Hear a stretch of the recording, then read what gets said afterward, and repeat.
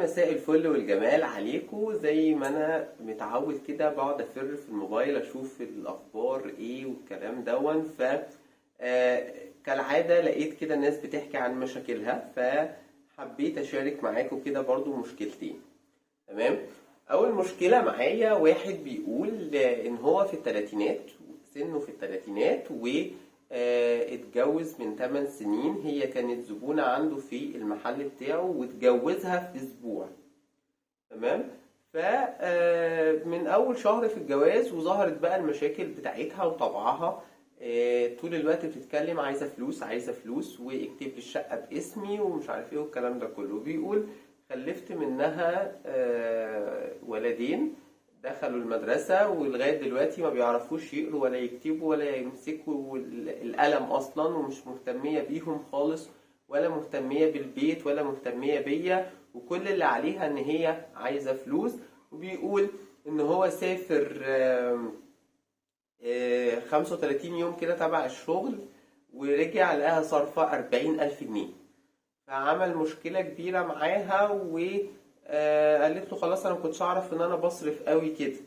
وبيقول برضك انا مش عايز اعمل حاجة علشان خاطر العيال، ودايما شايف العيال قصاد عيني، ودايما شايل هم العيال والكلام ده. وبعدين هي مش عليها غير ان هي عايزة فلوس، اعمل لي كذا، سوي لي كذا، هات لي كذا. هو بيقول ان هو مش مخليها عايزة حاجة خالص. تمام. هو واضح طبعا من كلامه ان هو مقتدر، يعني ماديا مقتدر. ف كل ما يتكلم يقول اصل انا شايل هم العيال، اصل عشان خاطر العيال. تمام. فبيقول برضو انا ممكن اتجوز عليها واريح دماغي، وممكن اخد يعني اسافر اصلا بره مصر خالص واسيبها بقى وهي تعيش مع نفسها. طيب، بص بقى يا سيدي، اولا انت غلطان برضو. ايه الجوازه اللي في اسبوع دي؟ دي اول حاجه. ما ينفعش يا جماعه نتجوز سلق بيض كده لمجرد ان انت شفتها عجبتك فرحت اتجوزت. لازم تشوفها وتعرف طبعها وتعرف اهلها وتدخل بيتهم وتشوف الدنيا. وبعدين طبعا انت مش موضح حاجات كتير، يعني اهلها فين في القصه دي؟ تمام. مشجعينها على كده، ولا هم قرفانين من تصرفاتها برضو، ولا هم ليهم حكم عليها ولا ملهمش حكم عليها، ولا ايه بالظبط؟ انت طبعا مش موضح حاجه زي دي. طيب، الجواز ما ينفعش يبقى في اسبوع، يعني ولا في شهر ولا في شهرين. انتوا لازم تقعدوا على الاقل سنه، تدرسوا بعض وتشوفوا مواقف وتزوروا بعض في بيوت بعض، وتشوفوا انتوا عايشين ازاي جوه البيوت. دي حاجه. الحاجة التانية، ويا جماعة بالله عليكم لما نيجي نتجوز أو لما نيجي ناخد أي قرار في حياتنا نصلي صلاة استخارة. والله يا جماعة هتنفعنا وهتفيدنا كتير جدا جدا. الله هي اللي هتبين لنا إذا كان في خير في الموضوع ده ولا لأ. كانت في قصة واحدة بتحكيها كانت جميلة قوي. بتقول أنا كانت في جامعة. تمام. بتدرس وتقدم لها دكتور، وتقدم لها مهندس تقريبا. تمام. وتقدم لها واحد نجار. فصلت استخارة للدكتور ده ما ارتحتلوش خالص، صلت استخارة للمهندس ما ارتحتلوش خالص، صلت استخارة للنجار وارتحت له جدا، وشافت رؤية كمان حلوة قوي. فقالت يعني هو الطبيعي ان لما اجي اختار بين نجار وبين دكتور مثلا، اكيد كفة الدكتور هي اللي هتربح، بما اني انا واحدة جامعية وهو نجار ومش متعلم اصلا والكلام ده كله. بس اتجوزته، عاشت معاه حياة في منتهى السعادة. هو كان بيروح معاها الكلية، وكان يخليها تركز، وكان يساعدها في شغل البيت، وكان مخليها مش محتاجة حاجة.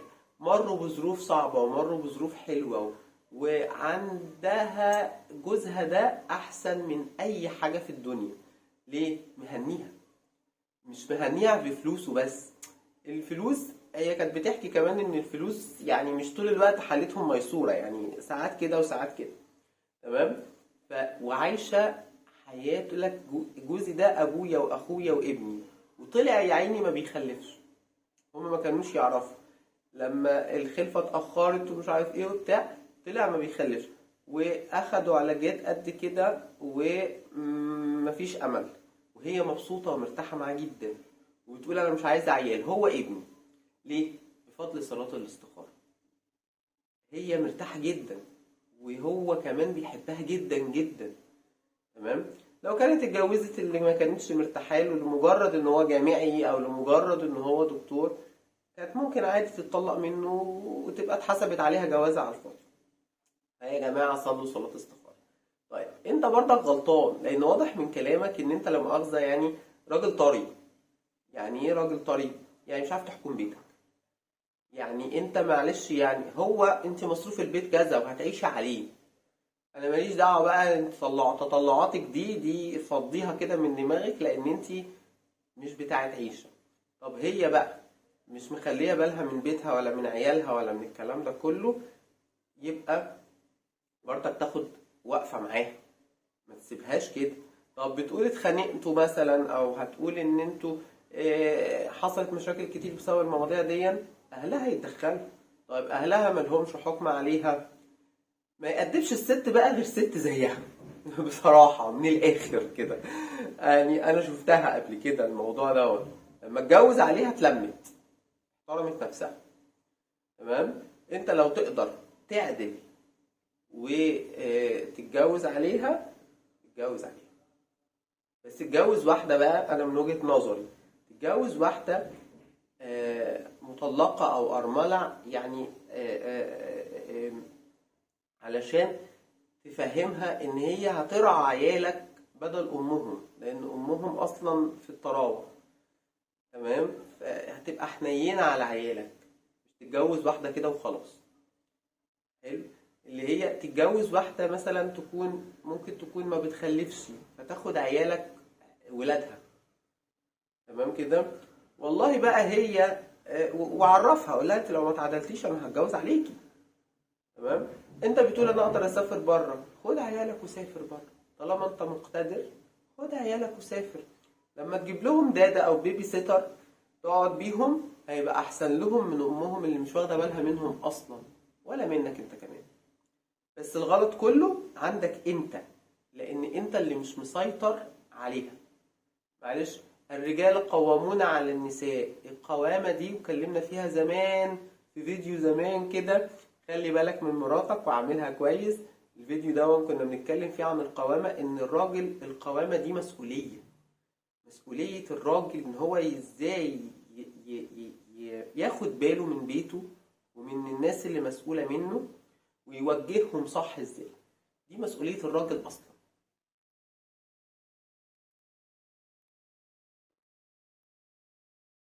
فانت لازم انت تعدل حياتك بقى من اول وجديد.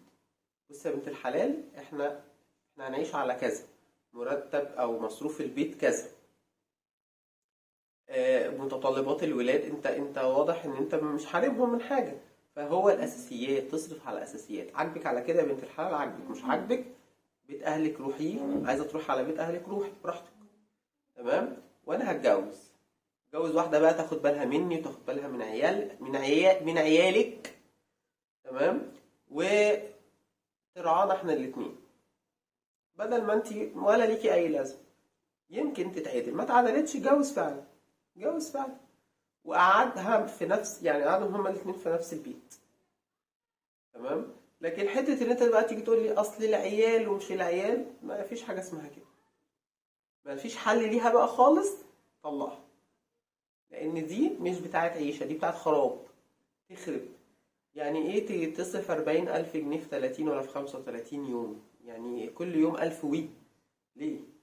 بتعمل بيهم ايه؟ وانت اصلا ساكت ليه؟ وازاي اصلا اللي في المحل يسيبوها او تسيبهم يدولها فلوس اصلا بالمبلغ ده كله كمان؟ هي ازاي اللي مسؤول في المحل عندك يسيبها تاخد الفلوس دي كلها؟ انت غلطان في كل الاحوال. معلش طولت عليكم. المشكله التانية سريعا بقى كده، ان في واحده بتقول انا متقدم لي واحد وانا مبسوطه وراضيه بيه، موافقه عليه يعني، واهلها رافضينه. رافضينه بسبب ايه؟ هما بيقولوا ان هو طولها، هي ما وضحتش طولها دي ان هي اصلا طويله ولا قصيره. يعني هي طويله فهو كمان طويل، ولا هي قصيره فهو كمان قصير زيها؟ بس الواضح ان هي قصيره يعني. تمام. فمش موافقين ورافضين تماما، ورفضوه وزي ما يكون كرشوه يعني.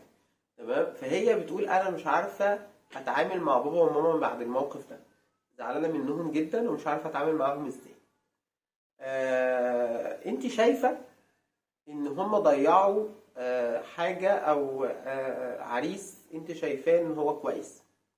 طيب انا من وجهة نظري برضك هرجع واقول نفس الاجابة او نفس الحاجة. صلي استخارة، وقولي لمامتك وباباكي صلوا استخارة، وساعتها انتوا كلكم هتعرفوا الشخص ده كويس ولا وحش، مناسب ولا مش مناسب. يعني لو بابا وماما صلوا استخارة وارتاحوا للشخص ده بعدها، خلاص يبقى الشخص ده كويس. لكن لو صلوا الاستخارة وبرضك لسه رافضين على الموقف، وانت تصلي وتلاقي تشوفي انت كمان يعني هترتاحي ولا مش هترتاحي. تمام. آه... طب خلاص ما ارتاحوش او كده، بس تأكدي ان الاب والام بيبقوا في حاجات كده شايفينها احنا مش شايفينها. تمام. بتبقى مش راضيانا، وبتبقى مش احنا مش مقتنعين بيها، بس مع الوقت بنقول كان عندهم حق. فما تزعليش من مامتك وباباك. وبعدين في الاول وفي الاخر الحاجات دي بتبقى نصيب. ممكن يكون هو كويس برضو، بس نصيب. مش نصيب ان انتوا تعيشوا مع بعض، مش نصيب ان انتوا تتجوزوا مع بعض. تمام. فما تزعليش من مامتك وباباكي. يمكن هما شايفين حاجة تانية ومش راضيين يقولولك. يمكن هما ليهم وجهة نظر تانية ومش عايزين يقولها لك عشان ما يزعلوكيش، مثلا شايفينه بشكل معين او حاجة. وفي الاول وفي الاخر هو النصيب. المهم عشان ناخد القرار الصح دايما نستخير ربنا، علشان ما نجيش ناخد قرار غلط بعدها. تمام. ونقول ايه، بابا وماما السبب، هما اللي لو كانوا وافقوا على الاولاني ما كنتش انا اتدبست في ده. لا، انتوا في الاول وفي الاخر اي حاجة صلي استخارة واسألي. اسألوا طبعا، ما كده كده احنا قبل ما بنناسب بنسأل مين الناس دول، كويسين ولا وحشين. بندخل بيوت بعض، ما بنرفضش كده من الباب للطاق برضو. تمام. فما تزعليش من مامتك وباباكي. وانتوا كمان بقى يا جماعة قولوا لنا في التعليقات، يعني حاجة زي كده هي المفروض تعمل ايه. هما ممكن يكونوا رفضوا للسبب دون، بس ممكن يكونوا رفضوا للسبب هما مش عايزين يقولوه. ممكن يكونوا رفضوا لمجرد الرفض، ما ارتاحولوش وخلاص. تمام. فهي المفروض تعمل ايه؟ هل تعمل زي انا ما قلت، ولا هي المفروض تعمل ايه بالظبط؟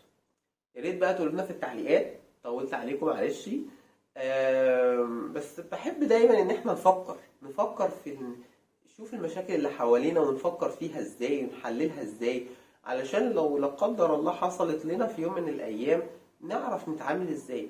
وارائنا، يعني رأي الناس اللي هتكتب في الكومنتات بتفيدنا كلنا، علشان لو لا قدر الله حصل مشكلة لحد فينا ايه يعني نستفيد بالآراء والتعليقات بتاعت الناس التانيين. نشوفكم بقى في فيديو جديد. السلام عليكم ورحمة الله وبركاته.